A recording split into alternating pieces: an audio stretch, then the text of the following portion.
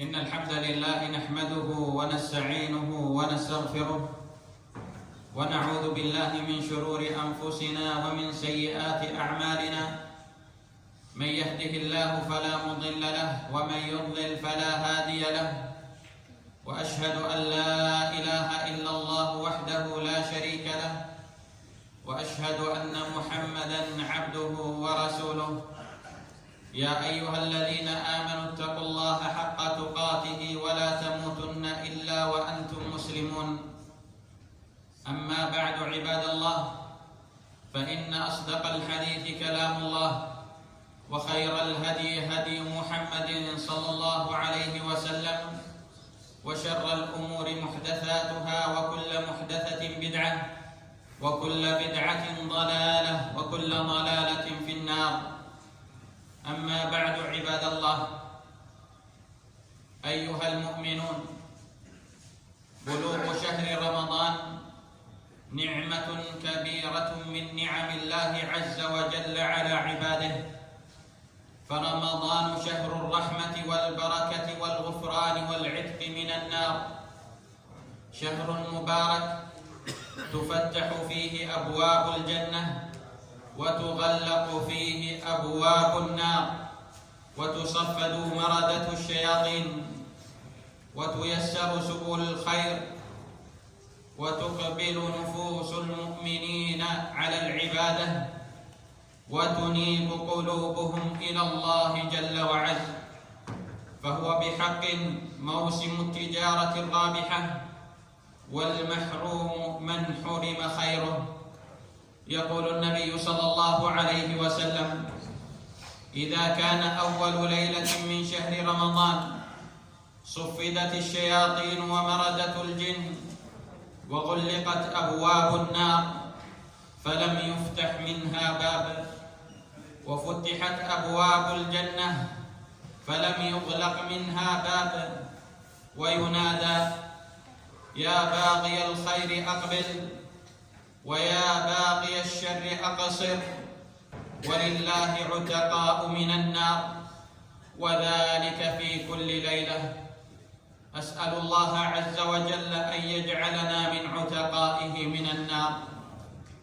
عباد الله، رمضان جامع الخيرات والبركات، ومن رحمة الله وإحسانه أن نوع لعباده فيه سبل الخير والعبادة، لينالوا بذلك الخير الوفير والأجر الكبير، وليسهل لهم سلوك طريق الجنة، فالصيام جنة. وقد اختص الله سبحانه وتعالى به لنفسه من بين سائر الأعمال، حيث قال سبحانه وتعالى كما في الحديث القدسي: كل عمل ابن آدم له إلا الصيام فإنه لي وأنا أجزي به، وهو سبب لمغفرة الذنوب والفوز برضا مقلب القلوب سبحانه وتعالى. يقول النبي صلى الله عليه وسلم: من صام رمضان إيمانا واحتسابا غفر له ما تقدم من ذنبه. وقيام الليل شرف المؤمن وهو دأب الصالحين، ولقيام رمضان مزية ليست لغيره، كما قال النبي صلى الله عليه وسلم: من قام رمضان إيمانا واحتسابا غفر له ما تقدم من ذنبه. ورمضان عباد الله شهر القرآن، فيه أنزل، وكان جبريل عليه السلام يدارس النبي صلى الله عليه وسلم به. قال ابن عباس رضي الله عنهما: كان جبريل عليه السلام يلقاه صلى الله عليه وسلم في كل ليلة من رمضان فيدارسه القرآن. ودعاء الصائم لا يرد، فرمضان شهر الدعاء، ولهذا قال سبحانه وتعالى في أثناء آيات الصيام: وإذا سألك عبادي عني فإني قريب أجيب دعوة الداع إذا دعان فليستجيبوا لي وليؤمنوا بي لعلهم يرشدون. وقال نبينا صلى الله عليه وسلم: ثلاثة لا ترد دعوتهم، وذكر منهم الصائم حتى يفطر. والإكثار من ذكر الله عز وجل باب عظيم من أبواب الخير. يقول سبحانه وتعالى: يا أيها الذين آمنوا اذكروا الله ذكرا كثيرا.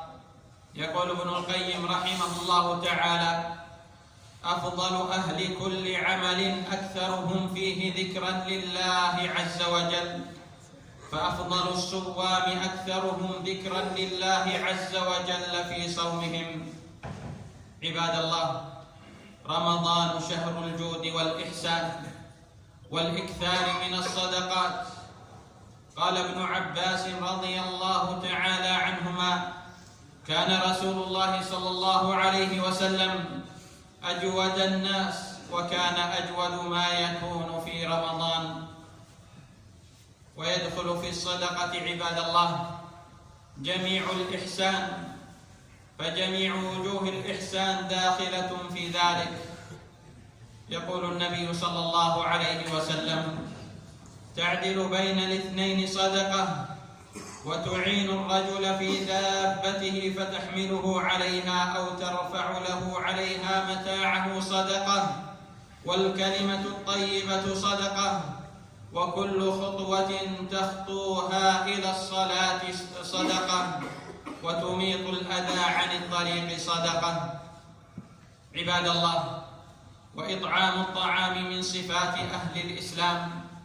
فلما سئل رسول الله صلى الله عليه وسلم عن أي الإسلام خير، قال صلى الله عليه وسلم: تطعم الطعام، وتقرئ السلام على من عرفت ومن لم تعرف. وإطعام الطعام عباد الله ليس مقصورا على الفقراء فقط، بل يدخل فيه إطعام الأهل والجيران وتفطير الصائمين. يقول النبي صلى الله عليه وسلم: من فطر صائما كان له مثل أجرهم من غير أن ينقص من أجورهم شيئا. والعمرة عباد الله، العمرة في شهر رمضان ليست كغيره. يقول النبي صلى الله عليه وسلم: عمرة في رمضان تعدل حجة. والمكث في المسجد عباد الله عبادة، ولا سيما في زمن الصوم. وقد كان بعض السلف يكثرون المكث في المساجد في رمضان، ويقولون: نحفظ صيامنا، أي مما يفسده أو ينقص أجره. عباد الله، أتاكم شهر رمضان، فاغتنموا خيره واغترفوا من معينه. اللهم أعنا على شكرك وذكرك وحسن عبادتك، والحمد لله رب العالمين.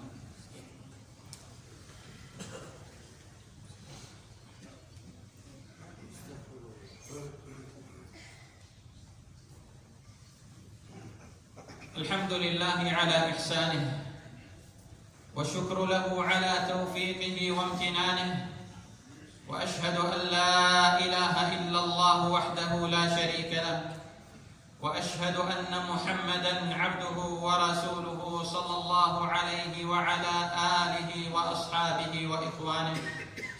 أما بعد عباد الله، أوصيكم ونفسي بتقوى الله، كما أمر الله سبحانه وتعالى: يا أيها الذين آمنوا اتقوا الله وكونوا مع الصادقين.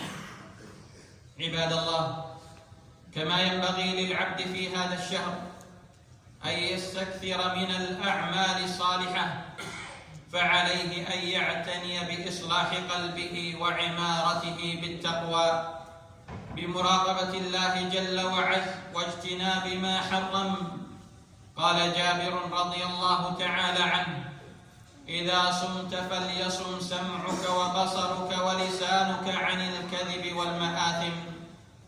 ودع أذى الخادم، وليكن عليك وقار وسكينة يوم صيامك، ولا تجعل يوم فطرك ويوم صيامك سواء. فرمضان مدرسة ينبغي أن يخرج المسلم منها ويتزود منها لآخرته، يتزود من الأعمال الصالحة،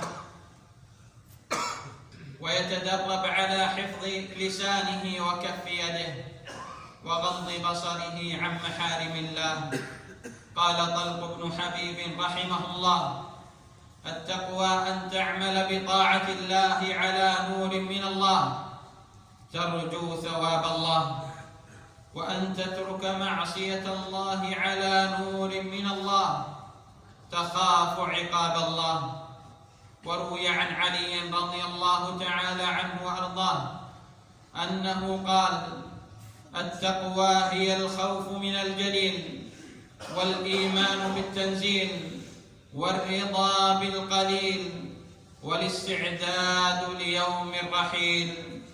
فالمتقي هو الذي إذا خلا بمحارم الله لم ينتهكها، والذي إذا قدر على الذنب تذكر مقامه بين يدي الله عز وجل يوم العرض الأكبر فتركه خوفا من الجليل سبحانه وتعالى وتعظيما لأمره. يقول سبحانه: ولمن خاف مقام ربه جنتان. قال مجاهد رحمه الله: هو الرجل يهم بالمعصية فيذكر الله عز وجل فيدعها. وقال قتادة رحمه الله: إن المؤمنين خافوا ذاكم اليوم فعملوا له ودانوا له وتعبدوا بالليل والنهار. وقد وعد سبحانه وتعالى المتقين الأجر الكبير والفضل العظيم، حيث يقول جل وعز: إن المتقين في جنات ونهر في مقعد صدق عند مليك مقتدر. وحتى يصل العبد إلى درجة التقوى فإنه يحتاج إلى مجاهدة شديدة لنفسه، فإن النفس أمارة بالسوء، والجنة قد حفت بالمكاره كما حفت النار بالشهوات. روي عن أبي ابن كعب رضي الله تعالى عنه أنه قال لمن سأله عن التقوى: أما سلكت طريقا ذا شوك؟ قال: بلى. قال: فما صنعت؟ قال: شمرت واجتهدت. قال: فذلك التقوى. نسأل الله عز وجل أن يجعلنا من عباده المتقين. يا أيها الذين آمنوا كتب عليكم الصيام كما كتب على الذين من قبلكم لعلكم تتقون. ثم صلوا وسلموا عباد الله على النبي الكريم كما أمركم الله عز وجل في علاه، حيث قال: إن الله وملائكته يصلون على النبي يا أيها الذين آمنوا صلوا عليه وسلموا تسليما. اللهم صل وسلم وأنعم وبارك على نبينا محمد، وارض اللهم عن الخلفاء الراشدين والأئمة المهديين الذين قضوا بالحق وبه كانوا يعدلون: أبي بكر وعمر وعثمان وعلي، وعن سائر الصحب والآل. اللهم أعز الإسلام والمسلمين. اللهم أبرم لهذه الأمة أمر رشد يعز فيه أهل الطاعة ويهدى فيه أهل المعصية، ويؤمر فيه بالمعروف وينهى فيه عن المنكر، ويحكم فيه كتابك وسنة نبيك محمد صلى الله عليه وسلم. اللهم بارك لنا في شهرنا هذا، اللهم بارك لنا في رمضان واجعلنا مباركين فيه.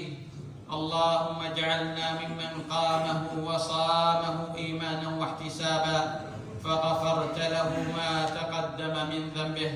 ربنا آتنا في الدنيا حسنة وفي الآخرة حسنة وقنا عذاب النار. وصل اللهم وسلم على نبينا محمد وعلى آله وصحبه أجمعين.